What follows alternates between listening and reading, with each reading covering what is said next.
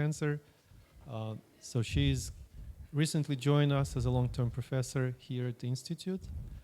She did her PhD at USP, University of São Paulo, and after that she spent some time as a postdoc at the University of Milan, Bicocca.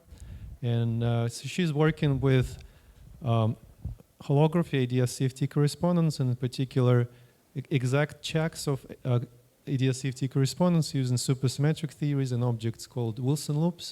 So this will be partially a subject of her talk today, but she also works with other problems in mathematical physics, entanglement, and related problems. So Marcia, it's very good to have you today. Please, the word is yours. So good morning, everyone. It's a pleasure to be here today, opening this year's seminar season. And I will be talking about defect CFTs and RG flows. And as I heard, the idea of these seminars is to make it like a colloquium style. My approach was to start by dissecting even the title so that people can understand and we can set some common ground for what I'm going to discuss later on. So I will start by dissecting this title, and I will do it from backwards. Let's see.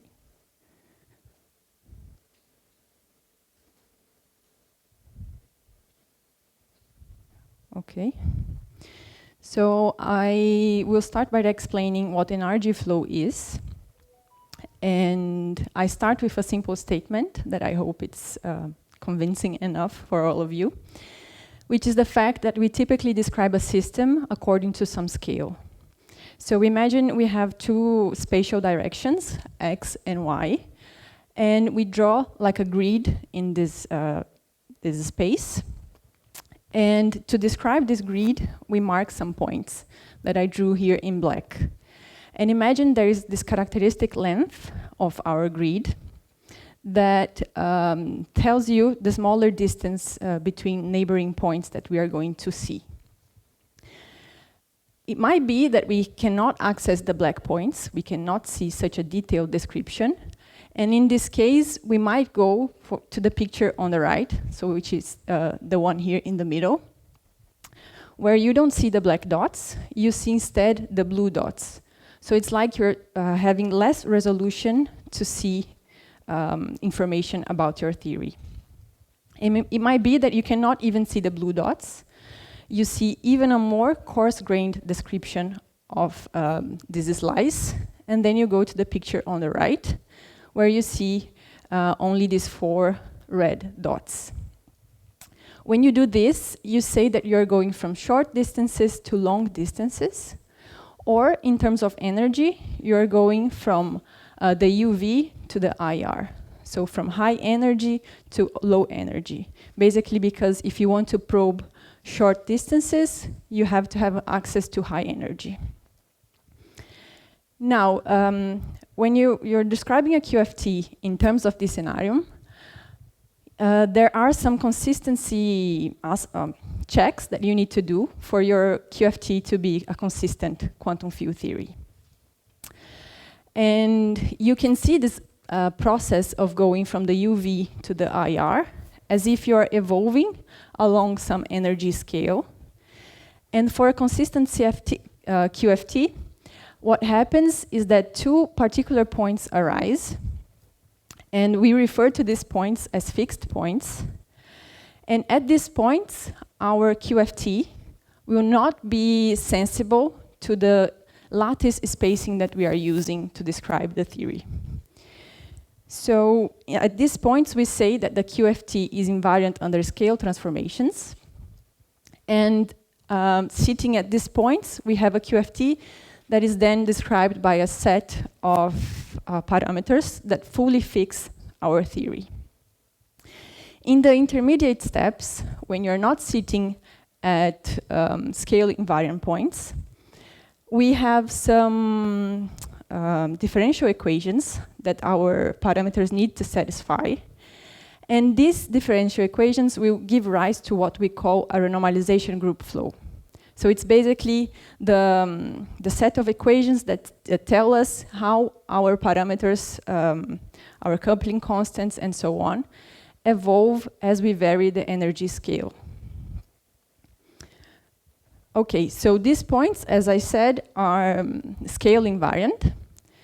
But actually, when we see these kinds of things manifesting in nature, what we see is that these fixed points are not only scale invariant, they are also conformally invariant. So this takes us to the second term that I'm going to dissect, which is CFT. Okay, so these points represent quantum field theories that are not only scale invariant, they are something else. So CFTs stand for conformal field theories, and it means that our quantum field theory will be invariant under Lorentz transformations and conformal transformations. So these conformal transformations will be scaling transformations. So we might take our grid and zoom in and out of this grid. But we might also twist this grid. And as long as we preserve the angles in this grid, the transformation is what we call the conformal transformation. And the fact is that at these fixed points of your RG flow, typically the QFT becomes conformally invariant. And these types of theories have many interesting properties that we can study as well. And one of them is the fact that correlation functions are extremely restricted due to the presence of symmetries. And two-point functions will be completely fixed in terms of the data that I told you that characterized these fixed points of the RG flow. Okay, so this tells you what a CFT is. And now we go on to talk about defects in this context. So a defect is a non-local operator in a quantum field theory. And by non-local, I mean it's an extended object. So the simplest case is when you have a line, a one-dimensional defect, but you may also have higher dimensional defects like surfaces. And all of these objects are really interesting for you to probe the internal structure and symmetries of your quantum field theory.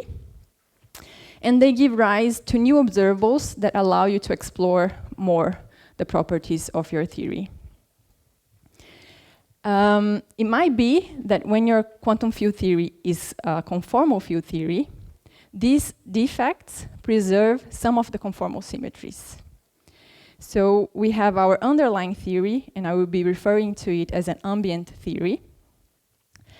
And in this theory, we have our defect, one-dimensional or a surface. And if it has a particular shape, it might be that it preserves some of the conformal symmetries. So this shape in particular will be either hyperplanar or spherical. So when this is the case, we have that our CFT defined along this defect, so the fields living on this defect, give rise to what we call a defect CFT.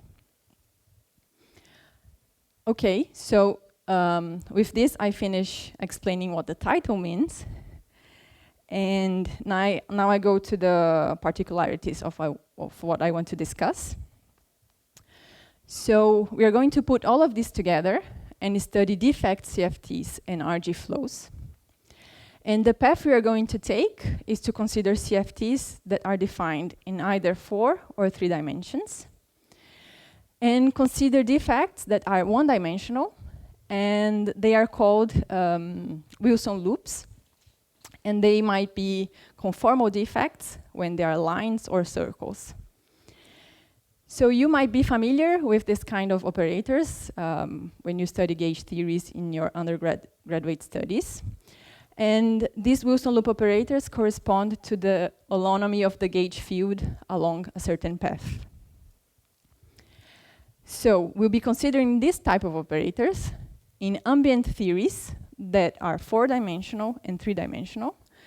And in both of them, the type of operators is this one-dimensional defect called a Wilson loop.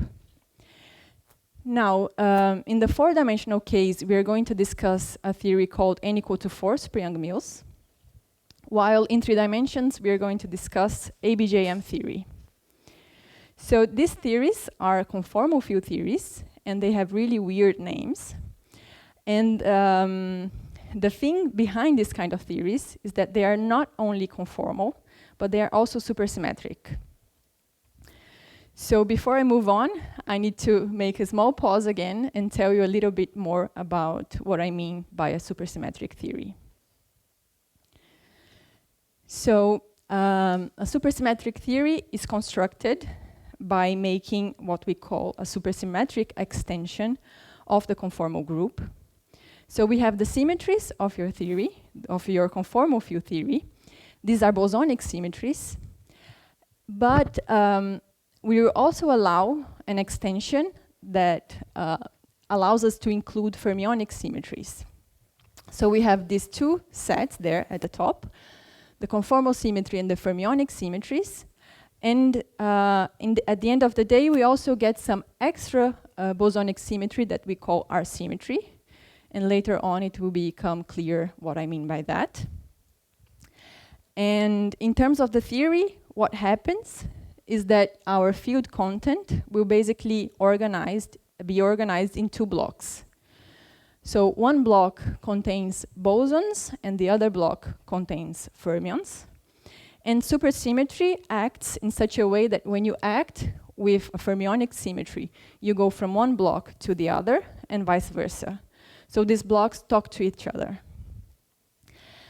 In the bosonic sector, we'll be discussing the presence of gauge fields and scalars. And in the fermionic sectors, we'll have our Fermi fields. And these scalars and fermions compose the matter content of our theory. And they carry some index that here I denoted as I, which is like an internal index that is precisely the R-symmetry index. So what this R-symmetry does is basically to rotate inside this internal subspace, leaving your theory invariant at the end of the day. So we'll be studying Wilson loops in theories like this. And it might be that this Wilson loop preserves some of the space-time symmetries, as I said before, so some of the conformal symmetries. But it might be that it also preserves subgroups of R-symmetry or the fermionic symmetries as well. So I'll be repeating to try to make it more familiar to you. We'll be studying ambient theories, which will be n equal to 4 Young-Mills and ABJM. And we'll be studying Wilson loops in these theories. And the special thing that happens now is that if we want this operator to preserve some supersymmetry, so some of the fermionic symmetries of our theory, we actually extend the definition of our Wilson loop, and it will couple not only to the gauge field, as we typically see in gauge theories, but it will also couple to the matter fields of the theory. Okay? Okay, so I will start by discussing this type of objects in n equal to 4 Young-Mills, because it's simpler, and then we move on to ABJM. Okay, so in n equal to 4 Young-Mills, as I said, we have to extend the definition of our defect operator to include matter. So I have to tell you what type of matter you have in this type of theory. And what happens in n equal to 4 Young-Mills is that we have 16 fermionic symmetries. So basically 16 different ways to go from one block to the other block that I told you before, the bosonic block and the fermionic block. And you have this internal symmetry rotating in the internal space, which is SO6. So our matter fields will carry some index I, and it will take values from 1 to 6. So the idea is to construct an operator with the structure there at the top, where you have this orange sector containing matter, but to include matter there in a precise way so that some of the symmetries from your ambient theory is still preserved in the defect. So in n equal to 4 Super-Young Mills, what happens is that you have the gauge field and one of the scalars being coupled there. And this scalar is coupled via some coupling vector, in this case, that I denoted in orange. And when this vector satisfies some precise condition, which is this condition here on the right, that theta is equal to 1, this operator preserves half of the fermionic symmetries. What happens now is that you might include some parameter in front of this matter content, and this parameter will basically interpolate between the typical Wilson loop that you have, that contains only the gauge field, and the half BPS loop, which is called Wilson-Maldacena loop. So this particular object is what we are going to study along the RG flow. So we are going to see what this zeta value here, this zeta parameter, does when you vary the energy scale and where it takes you along the RG flow. So what was found in 2011 by Polchinski and Sully was that there is an RG flow connecting different fixed points. So you have that picture that I showed you in the beginning, two special points which are conformally invariant. And these points are precisely the zeta equal to 0 value and the zeta equal to 1. So you see an RG flow going from the UV to the IR. And in the UV, you have full SO6 R symmetry, because you don't have any of the matter fields coupled in the definition of your defect, so it's not broken. You have none of the supersymmetry being preserved.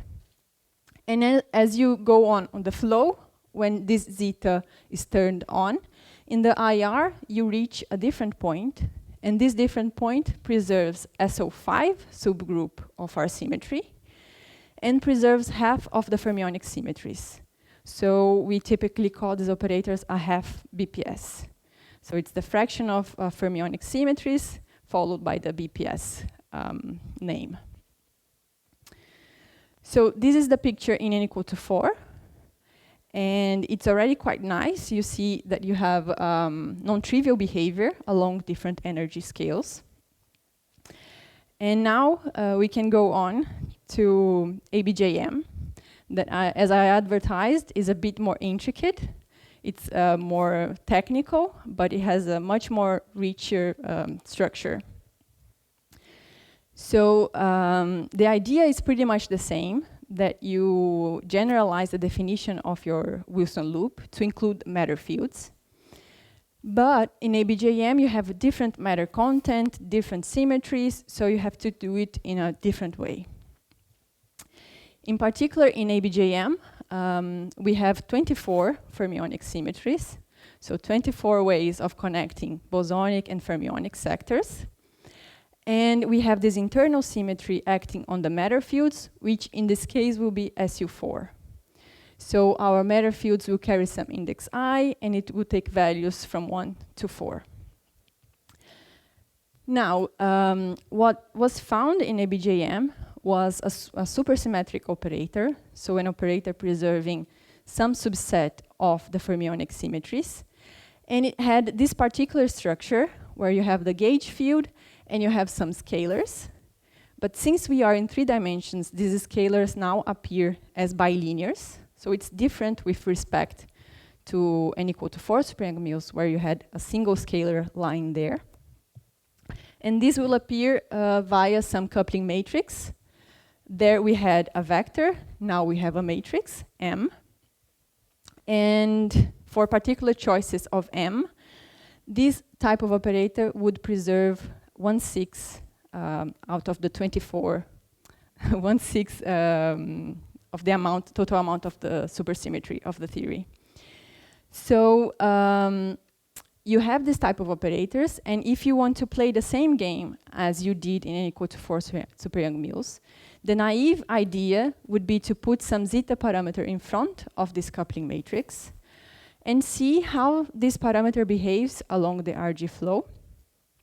And naively, you would expect that you would go from zeta equal to 0 to zeta equal to 1, where zeta equal to 0, you have only the gauge field, you have the full R-symmetry group being preserved, no SUSY being preserved, and then you flow all the way to the 1,6 BPS operator.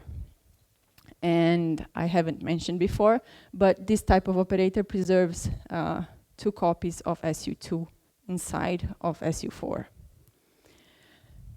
But what you see actually is that this 3-dimensional situation is much richer compared to the 4-dimensional case.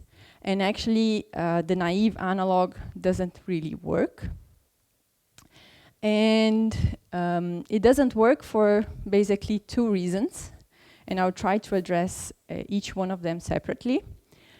The first fact is that z equal to 0 is not the only R-symmetric operator that you can construct. And this is different from what happens in 4 dimensions. And the second fact is that zeta equal to 1 is not the most supersymmetric operator that you have. So this we studied a couple of years ago in this paper. And I will just discuss some of the qualitative features, and if you're interested in the details, you can check it. So I will start by addressing the first fact, which is that zeta equal to 0 is not the only R-symmetric operator. So remember that in ABJM, the matter fields, and in particular the scalars, appear as bilinears. So if you make a combination of bilinears where your R-symmetry indices are contracted, you don't break any of their symmetry. And this is precisely what you see. You see that along your RG flow, this type of combinations where you have CC bar with the indices contracted appear. And it might appear with 2 signs. It will give different behaviors along the flow. But we call this W plus and minus according to the sign that appears in front of the scalar bilinears. And this will be the 4-dimensional analog of the ordinary Wilson loop. Now the ordinary loop includes also matter. It doesn't include only the gauge field as before. And based on this type of operator, then we are able to include some deformation and see where this deformation takes us along the flow. So we'll add some deformation in terms of zetas, as we did in 4 dimensions, but now we have the possibility of including many of these zetas, and we chose to include 4 of them in our paper. And we found an RG flow that starts from W minus. So this will be our UV fixed point. And then we turn deformations containing zeta 1, 2, 3, and 4. And you see where it takes you along the flow. When zeta 1 and 2 are equal to 1, or zeta 3 and 4 are equal to 1, we find what I presented to you before, the 1,6 BPS operator. And when all of them are equal to 1, you reach what we called before W plus. So this just to present you the characters that will be appearing next. And as I said, the type of flow will be much richer with respect to what we found. So it's useful to introduce some legends. I don't know if that's the word in English. So we'll be representing SU4, preserving operators with squares, SU3 as triangles, and SU2 as circles. And we'll also be adding some colors. So black points don't preserve any of the supersymmetries, any of the fermionic symmetries. Blue points will be 1/6 BPS, and red points will be 1/2 BPS. So let's start from the line there at the top left. At the origin, we have our starting point in the UV, which will be our W minus. And if you turn one deformation, so you turn one of the zetas on, you see that your flow will take you away and you reach that point marked as a triangle there. And you might think that you're going to sit there quietly and nothing else is going to happen. But what you will see is that if in addition to turning on one zeta, we turn on a second zeta, then we are in this plot here on the top right. And this triangle that seemed to be a fixed point actually is not, and you flow away all the way to the blue point there at the top. And this blue point will be SU2, symmetric, and 1/6 BPS. And then you might think, okay, I reached a BPS point. It's a really special point. It's colored in blue. So I'm just going to stay there. Nothing else is going to happen. But if you turn on a third deformation, you actually flow away from this point again. So here, the plot that is there on the right appears in the green plane. And now we turn on a third deformation, and you see that before you were lying there, quietly at the corner, and as soon as you turn on a third deformation, you flow away to another point. And by now you should have learned your lesson that if you turn on the fourth parameter, you would flow away again. But this we cannot illustrate in a plot. So what we did here in this last plot was to basically fix two of these zetas like pairwise.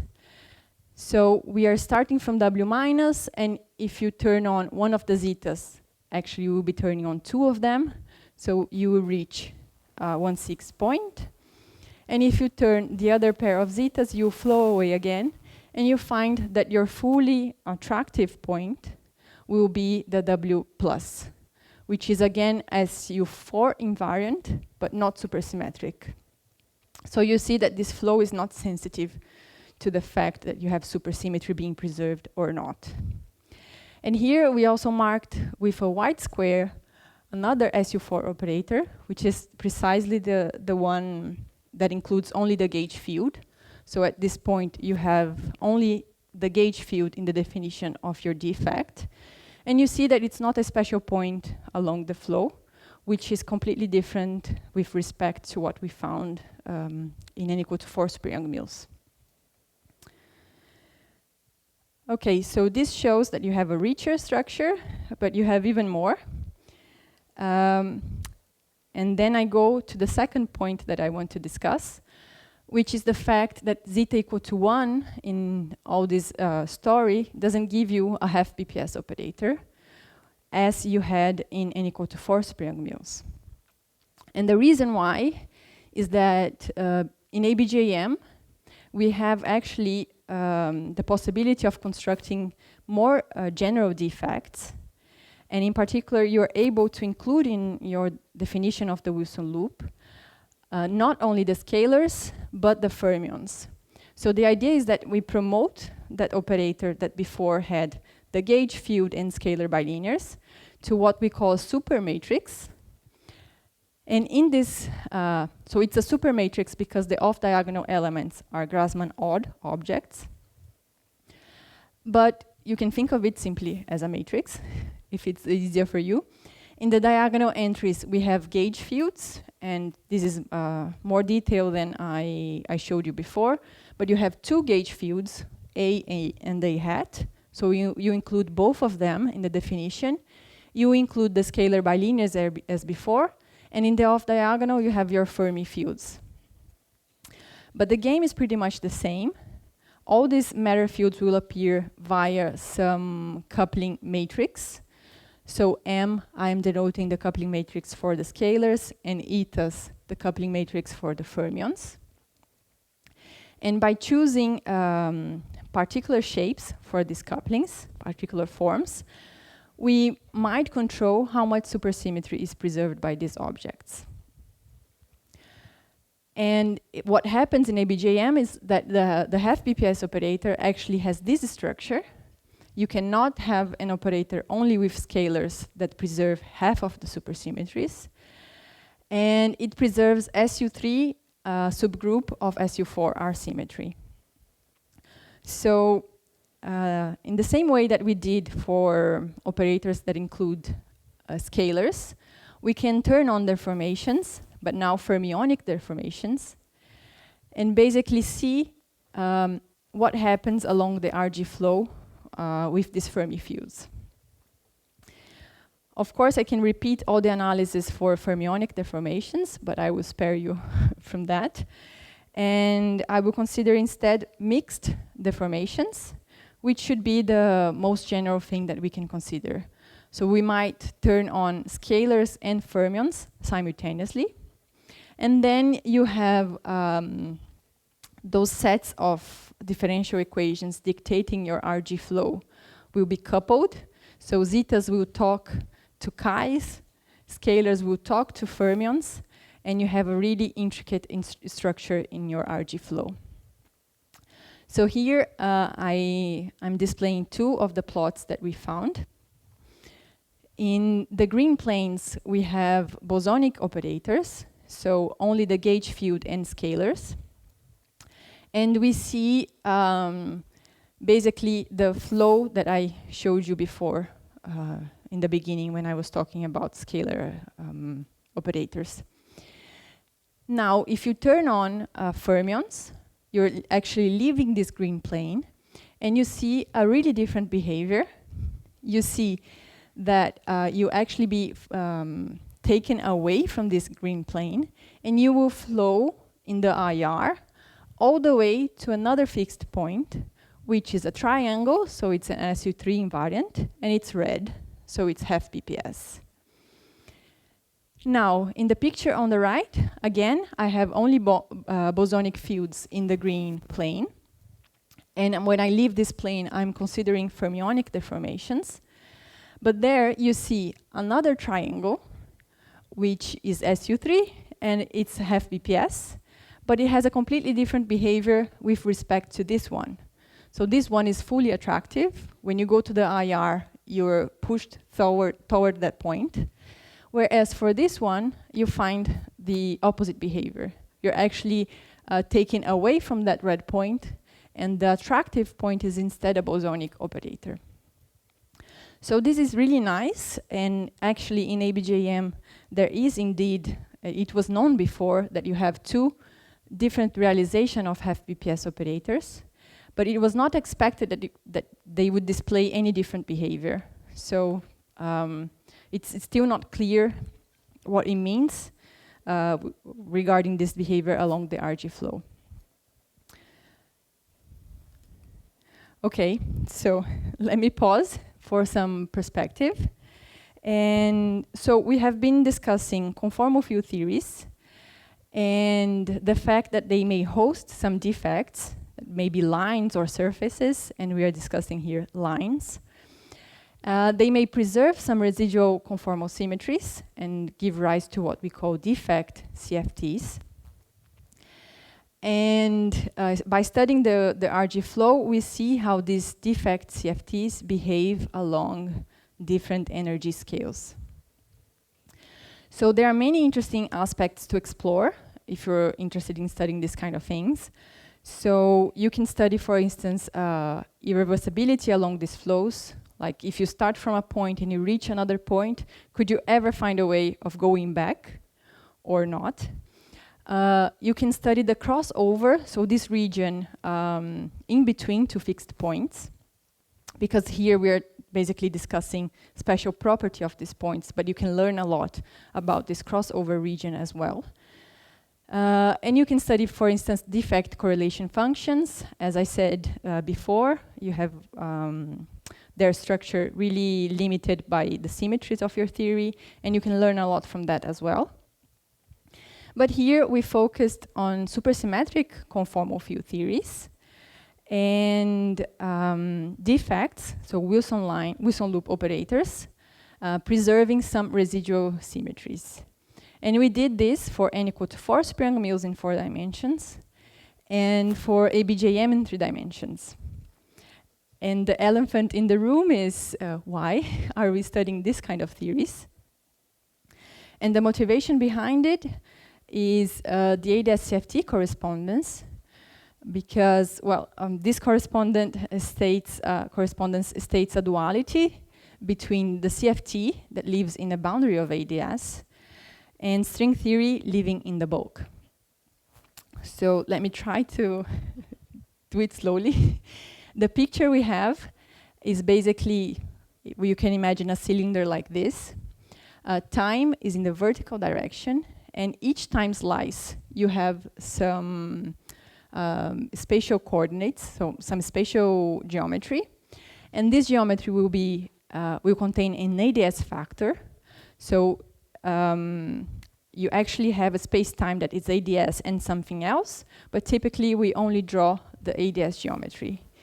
This is in a hyperbolic geometry, so that's why people typically draw these funny drawings in these slices, just to display the fact that this kind of space has this symmetry. And at the boundary of ADS, we have a conformal boundary, so our space-time will be conformally invariant. And this is where we say that our QFTs, our CFTs live.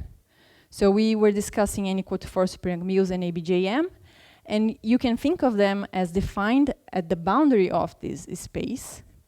And what the ADS CFT correspondence says is that these theories are actually dual to something else that is defined inside of this space. And this something else is string theory, the low energy limit of strings. And for n equal to 4 Superyoung Mills, you might not be able to see the color here, but for n equal to 4 Superyoung Mills, the dual description, what lives inside of the ADS space, is type to be string theory on ADS5 cross S5. Whereas for ABJM in 3 dimensions, you have type 2A string theory on ADS4 times CP3. So you might have heard that this ADS CFT correspondence is also referred to as holography. And it's actually a realization of this holographic principle. And the idea is that all the information that is contained in the bulk, so inside the ADS space, can actually be accessed by only the data in the boundary. And it's called holography because what you have in the bulk has d plus 1 dimensions, whereas what you have in the boundary has d dimensions. So here, for instance, you can see that because n equal to 4 Superyoung Mills is 4-dimensional, and the ADS factor in the dual setting is ADS5. So it's 5 and 4. And the same for ABJM, you have 3 dimensions here, and there you have ADS4. Okay? So this is the motivation for us to be considering this type of CFTs that are supersymmetric and so on. And the idea from the point of view of holography is that these Wilson loops that we are studying in the CFT, so they are defined at the boundary, they actually have equivalent descriptions in terms of what is happening in the bulk. And this equivalent description is given by some open strings in ADS.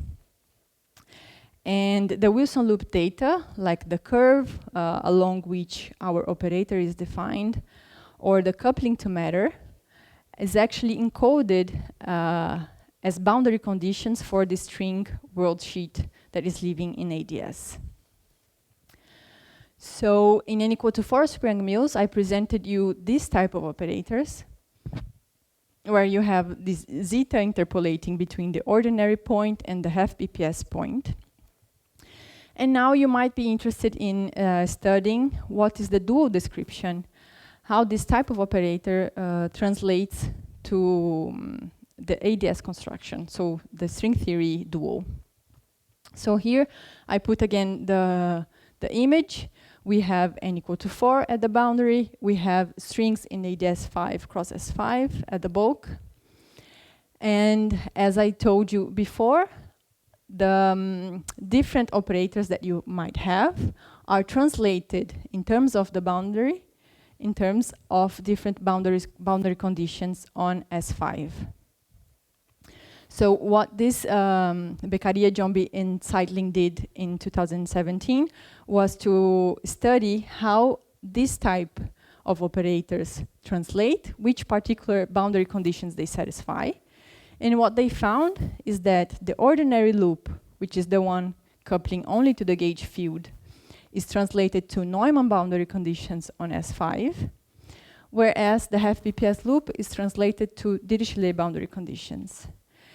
And in the same way that you have RG flows connecting these operators in the CFT, you might construct some mixed boundary conditions that interpolate between Neumann and Dirichlet and realize this dual description of this type of operators.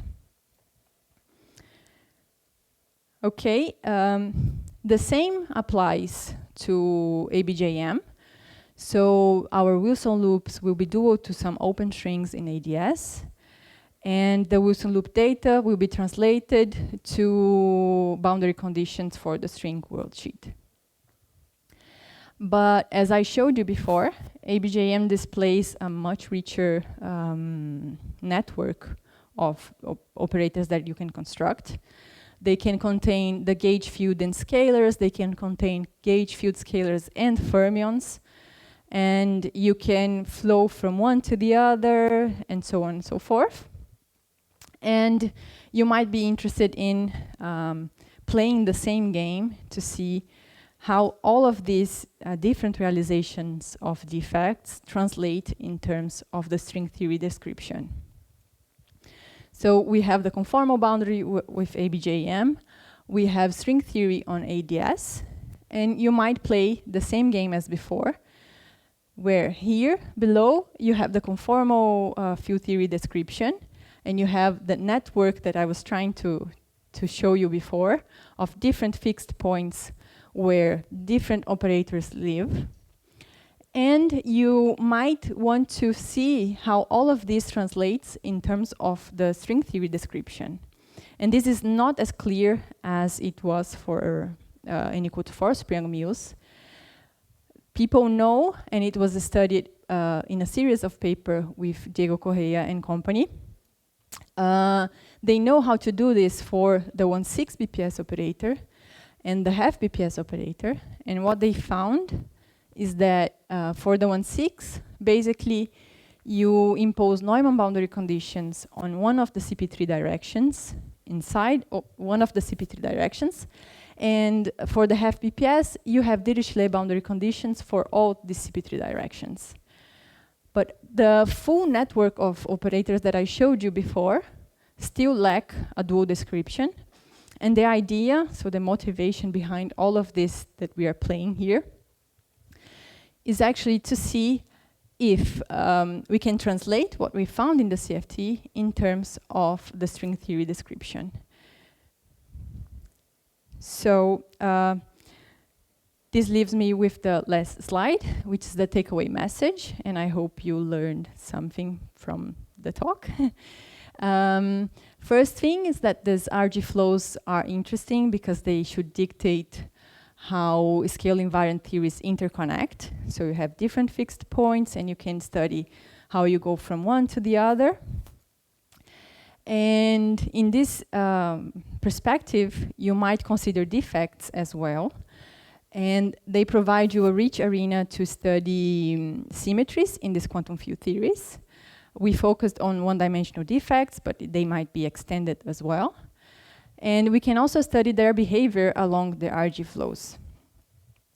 And in holographic theories, such as n equal to 4 Sprung-Mills and ABJM, which are the theories that we considered here, the idea is that these flows connecting different defect CFTs may shed some light on the possible holographic description of this type of operators. So maybe just one last comment. The ADS CFT correspondence states a duality between two things, but typically what we do is that we take information from the ADS, so from the string theory description, and we learn about what this means in terms of the CFT, but it's less, how can I say that? less frequent that you have the opposite thing happening, that you have information about the CFT and you can learn about the string theory. And this is precisely the proposal here, the idea behind all of these studies. Okay, so with that, I stop and I thank you for your attention.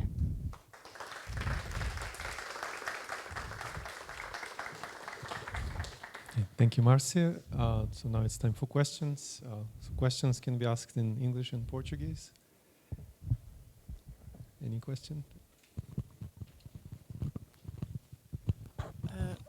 Thank you, Marcia, for the talk. How these defects they appears in your theory?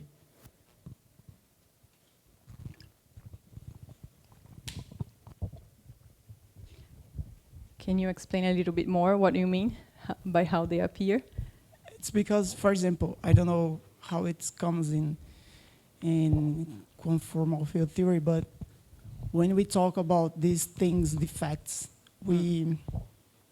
I mean, particle physics or quantum field theory, it's somehow like discrete symmetry breaks, and then it comes to create, for example, a domain wall or something like this. Okay, so these Wilson loop operators that we are considering, they exist for any gauge theory. So you might think that they are there regardless of you wanting it or not. But you can also think of those extended defects like surfaces as really an object being there, like a wall, or like an interface where you need to impose some particular boundary conditions on your fields, and you might insert it by hand in your theory. So I think Jacinto wanted to know also why you can think of Wilson line as a defect in this case.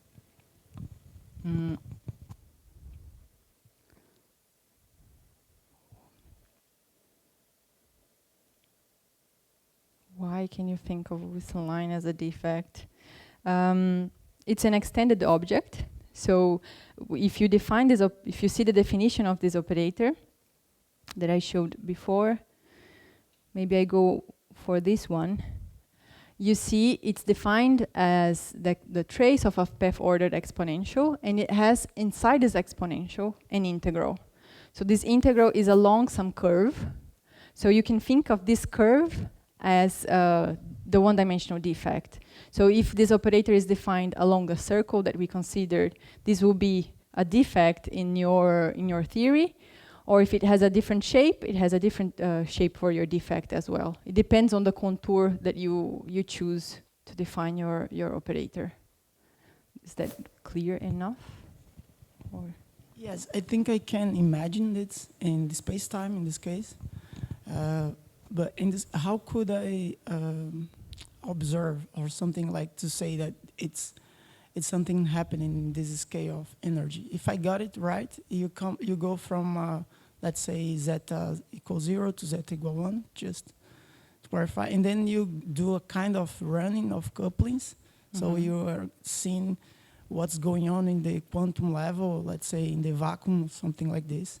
So there are a lot of things going on, but you have to close it, right? At some point you close the loop. I mean, you have something happening, you have a very big propagator, that's what I think. But you should have something coming and something going, or something like this, that you could observe. So how would I know that these defects are there and how they appeared? Like, how can I have some, I don't know how to explain my question. But yeah, so one confusion here is that you have a closed line, right? So why is it all, I mean, makes sense? Okay, typically you need to close the line to make it gauge invariant. So as soon as you open it, it's not a gauge invariant object anymore. So that's why you have a closed loop, typically. It's not always closed. I mean, you can have also a situation when it's open, at least it closes at infinity. Yeah, or you can take the limit where the radius of this closed curve goes to infinity, so it's basically a line. but you need to take into account the endpoints of this line. Yeah, you can think of it in different ways, and also as a process in time that you have a pair of particles produced and then they annihilate. But the fact that there's this particle, the question is what this particle is. It's certain, actually it's not dynamical, it's not a particle of your theory, and there's certain singularity associated. That's why you call it a defect. More questions? Dimitri. I just want to add in this discussion that you can use the Wilson loop as an instrument to characterize the defect you want to describe. For instance, if you have a type 2 superconductor, right? You have these defects you have this penetration of magnetic field, destroy order, and you can just define this Wilson loop to characterize your defect. Yeah. I suppose you do the same for all other cases. Yeah, I imagine there's a slight abuse of terminology, but indeed you can also think it that way. Imagine you have, so it's basically the Aharonov-Bohm effect.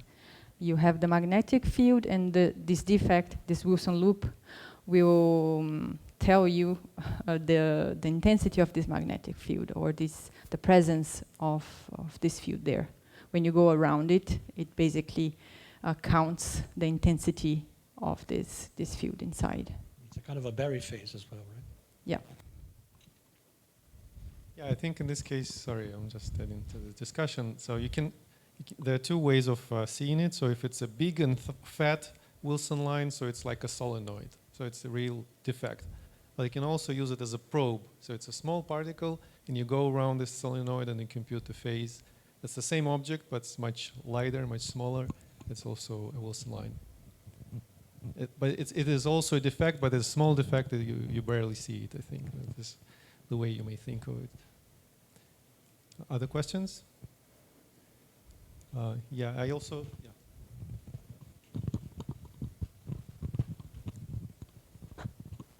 Yeah.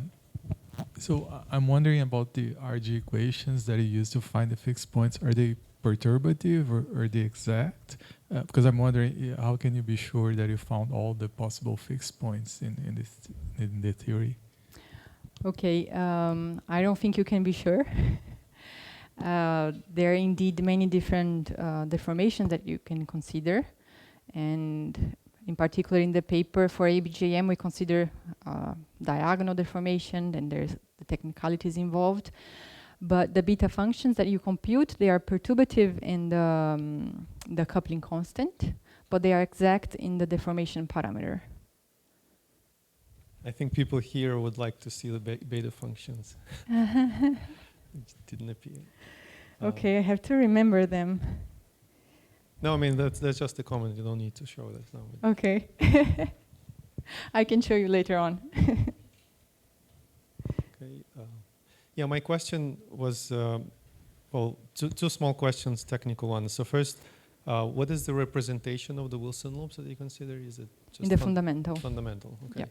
And do you know what happens in large representations? So this is what I would call the fat Wilson loop. You would have a very big representation, and it should modify. It should correspond not to strings but to branes and so on. Yes, yes. So higher representations in the dual descriptions would translate to branes or. Did someone study that, or?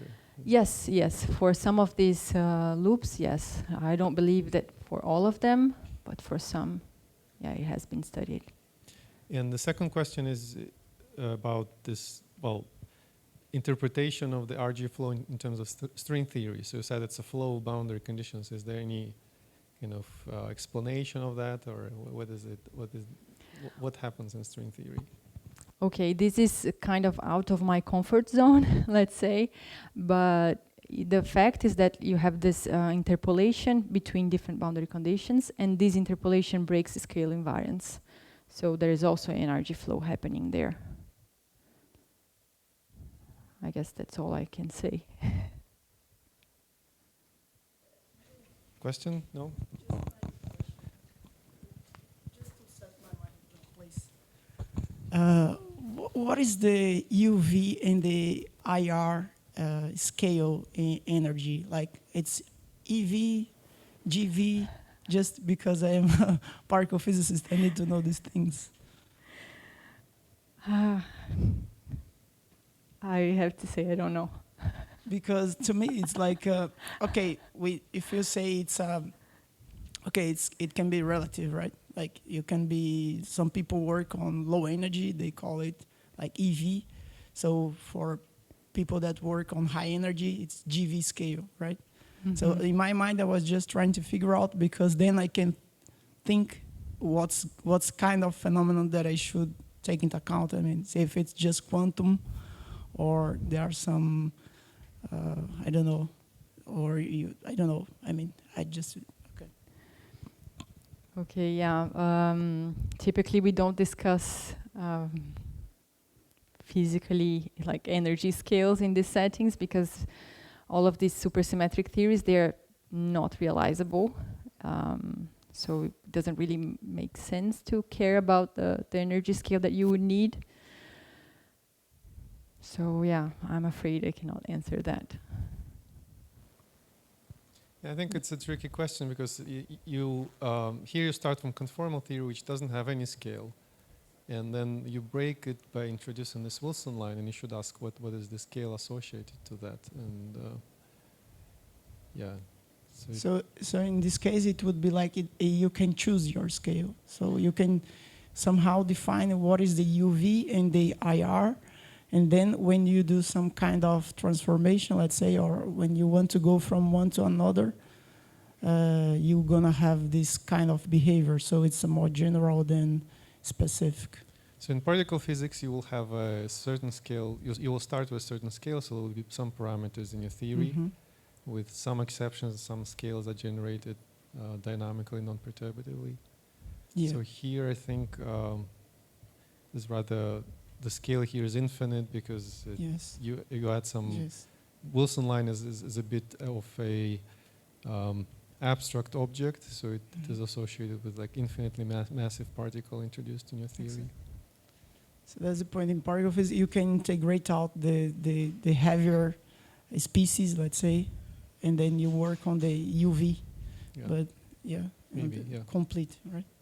But I got it. Thank you, Marcia. Okay.